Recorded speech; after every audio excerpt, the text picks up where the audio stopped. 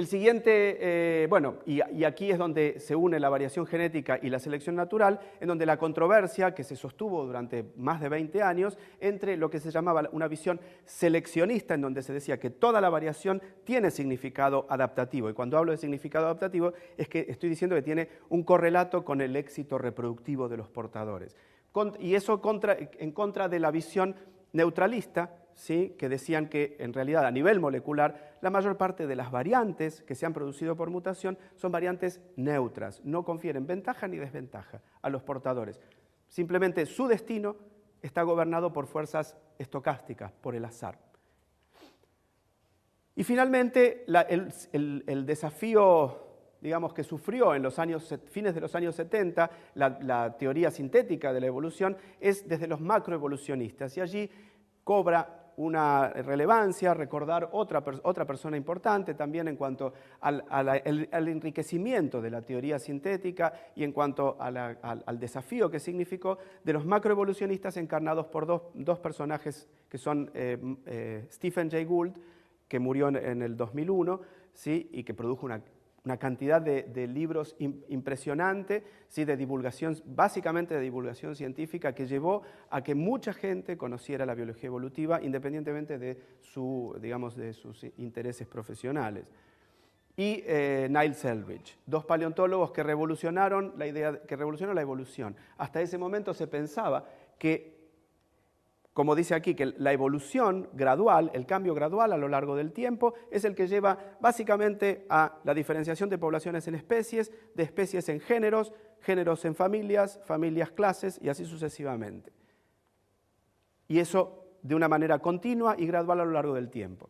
Eldredge y Gould lo que hicieron fue interpretar el registro fósil de una manera diferente a como lo interpretaban en aquel momento los paleontólogos, que decían, bueno, si yo veo que hay un salto morfológico en el registro fósil, algo que cambia una especie o que después aparece separada por una cantidad de tiempo determinada de otra forma diferente morfológicamente, decían, bueno, acá lo que está faltando es el eslabón perdido, la forma intermedia. Ellos decían, no, ¿por qué tiene que ser así? ¿Por qué tenemos que pensar en el cambio gradual si puede ser que ocurra un cambio en patrón en escalera? Yo no hice una transparencia de esa porque de esto creo que es un error, debería haberlo hecho.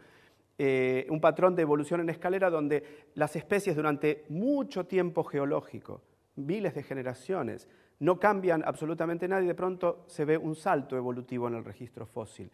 Que, bueno, Eldredge y Gould se tuvieron que esforzar muchísimo para poder explicar los mecanismos por los cuales eso cambiaba. ¿Puntuado le llaman? Equilibrios puntuados, sí, gracias. Sí. Esa es la idea. Bueno, desde la síntesis, ¿qué pasó desde la síntesis evolutiva? Imagínense, estamos hablando de los años 30, 40 del siglo pasado, el siglo XX. ¿Sí? Sin embargo, hasta ese momento, primero, al menos se había rescatado del arcón de los recuerdos la teoría de la herencia particulada. No se sabía todavía nada acerca de cuáles eran las moléculas en las cuales estaba almacenada la información genética. Eso ocurrió recién en 1953. ¿Sí? Con la publicación de la estructura molecular de los ácidos nucleicos, donde Watson y Crick precisamente publicaron un artículo en Nature caracterizando por experimentos de difracción de rayos X, etcétera, la estructura del ADN. Pasó mucho tiempo, en el año 2000, también para mí otra piedra, otro cambio fundamental en la historia de la biología evolutiva es la posibilidad de acceder a los genomas completos de las especies. Es decir, cuando digo genomas completos es la secuencia de nucleótidos completas de en nuestro caso, 3.500 millones de pares de bases. ¿Sí? En el caso, el primer genoma eucariótico que se pudo completar fue el de este bichito que nosotros estudiamos en mi laboratorio, que es Drosophila, la Drosophila melanogaster, que tiene un genoma que es la mitad aproximadamente del tamaño de nuestro genoma. Recién, un año después, se produce el genoma humano, ¿sí? El primer borrador del genoma humano, que es la mezcla de los genomas, es un poco una síntesis entre los genomas que produjeron un consorcio público y el consorcio privado de Bendner, que son, el consorcio público secuenció a Watson, tristemente célebre hace un par de años por ciertos comentarios racistas, ¿sí? yo personalmente no hubiera esperado semejante comentario. Y por otro lado, Bendtner, que era el que encarnaba la vertiente privada de este proyecto. Y finalmente, este es quizás el último avance en todo esto, que es la posibilidad de contar con los genomas completos de más de una especie, de un mismo grupo, que es que hoy día contamos con los genomas de 12 especies distintas de Drosophila. Y por eso es que podemos utilizar todos los genomas para producir árboles que nos representen la evolución de un grupo de especies cercanamente emparentados que han evolucionado de manera divergente desde hace aproximadamente unos 80 millones de años. Y esto nos lleva entonces al último invitado, a la última contribución de las distintas disciplinas de la biología molecular, en este caso a la biología evolutiva, que es esta disciplina naciente, que ya tiene 10 años, que se llama genómica. ¿Sí? Que es la genómica es una disciplina bastante amplia que consiste básicamente en la genómica estructural, en conocer la secuencia completa de los genomas completos de distintos organismos, ¿sí? Y conocer, y aparte poder saber cuántos genes hay en cada genoma, ¿sí? Y qué hacen esos genes. Porque imagínense, ahora voy a pasar eso, me estoy adelantando un poco en la línea argumental. La genómica y la biología evolutiva es el título de esta transparencia. Imagínense ustedes, en el año 1982, ¿sí? Yo estaba haciendo mi doctorado en ese momento, toda la información genómica con la que se contaba, secuencias de ADN, con la que se contaba hasta ese momento, cabía en un libro de 300 páginas, ¿sí? Una novela común. La mayor parte de las novelas tienen un tamaño de aproximadamente 300 páginas. Toda la información genómica de plantas, animales, microorganismos, etc. Toda cabía en un libro de 300 páginas. Esa cantidad de información creció de manera abismal desde el año 1982 hasta la actualidad. Y hoy día